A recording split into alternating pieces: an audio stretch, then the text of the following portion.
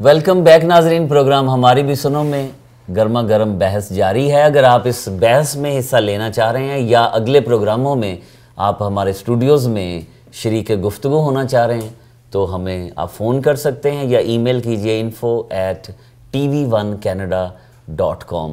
مجھے سب سے جو زیادہ کنسرن ہوا پاکستان کے اخبارات دیکھ کر، اس میں حکومت پنجاب کی طرف سے ایک اشتہار شائع کیا گیا ہے جس میں لوگوں کو اکسایا گیا ہے کہ وہ احتجاج کے لیے اٹھیں اور حکومت پنجاب ان کا ساتھ دے گی۔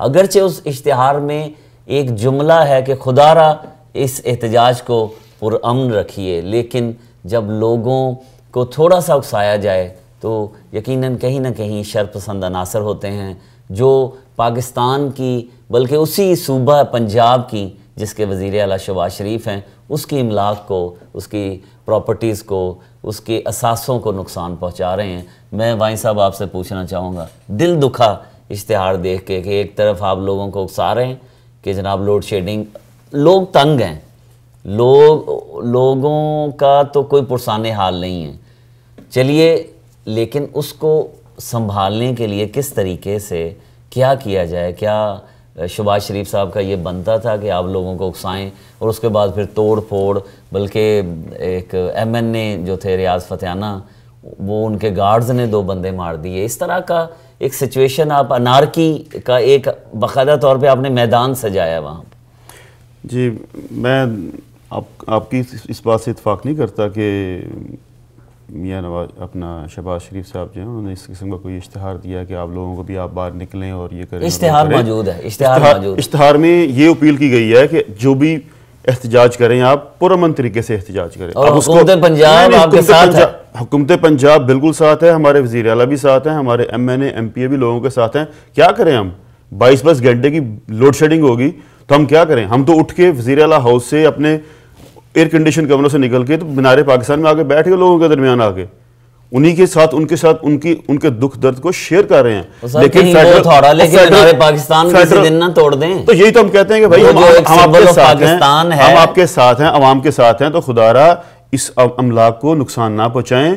ہاں، ہم گولی کا آرڈر نہیں دیں گے، وزیر اعلیٰ نے بالکل صاف کہا کہ ہم کسی کو گولی کا آرڈر نہیں دیں گے، ہم ان کے ساتھ ہیں۔ لوگوں کا غم و غصہ ہے اس کے اندر، جب لوگوں کو پتہ ہو نا، لوگوں کو قانون سے ڈرتے ہیں نا کہ پولیس والے پکڑ لیں گے، اچھا پولیس آپ کی ہے۔ اگر ہم سپورٹ کرتے ہیں اپنے لوگوں کو اور اس مشکل گھڑی میں ان کی بات کے ساتھ ان کے ساتھ کھڑے ہیں تو ہم قصوروار ہیں؟ جو لوڈ شیڈنگ کرنے والے ہیں، جو اربوں روپے غبن کرنے والے ہیں، اور جو جج اگر اس غبن کو اٹھا کے لانگ مارچ بھی کریں گے انشاءاللہ۔ میں نے پہلے بات کی، یہ ڈیٹ لوگ ہیں، یہ حکومت ڈیٹ ہے، اس کو گریبان سے پکڑ کے اتاریں گے تو پھر ہی بات سنیں گے۔ میاں نواز شریف صاحب چاہتے ہیں کہ ملک میں انارکی نہ پھیلے، سول وار نہ ہو، اور یہ خود ہی جو ہے اب یہ دیکھیں کولیشن پارٹنر جو ہیں اگر یہی اپنا قبلہ درست کر لیں تو یہ حکومت ابھی گر جاتی ہے۔ جو سگنل لگے ہوئے ہیں وہ کس کی ملکیت؟ جو سگنل لگے ہوتے ہیں بالکل وہ عوام کی ملکیت ہیں، وہ عوام کے پیسے ہیں، کارپوریشن آپ کے اپنے پیسے ہیں۔ بالکل صحیح ہے، میں اس کو بالکل کنڈیم کرتا ہوں، اس کو نہیں نقصان پہنچانا چاہیے۔ لیکن جب آپ کہتے ہیں نا کہ گولی کا آرڈر نہیں ہوگا تو لوگ تو کہیں گے کہ یار ہمیں تو یہ پولیس پنجاب کی ہے، حکومت پنجاب سرپرستی کر رہی ہے، اب توڑو، مارو لوگوں کو۔ کیوں مارو بھائی لوگوں کو؟ اچھا سر، جو احتجاج کر رہے ہیں وابڈا کے جو لوگ ہیں، جب آپ ان کو مار رہے ہیں تو آپ وہ کیا مسلم لیگ نون کو ووٹ دیں گے؟ میرا بھائی، پولیس نے وہاں پہ پروٹیسٹ کو روکا، لاٹھی چارج کیا، آنسو گیس چلائی، گولی نہیں چلائی پولیس نے، نہ ہم چلائیں گے۔ ہم نے املاک کو بچانے کے لیے ہر ممکن کوشش کی، پولیس نے لاٹھی چارج بھی کیا۔ ہمیں دکھ ہے، افراتفری کی سرپرستی بدر بھائی نہیں ہے، وہ تو میاں شہباز شریف پہ آ رہا ہے۔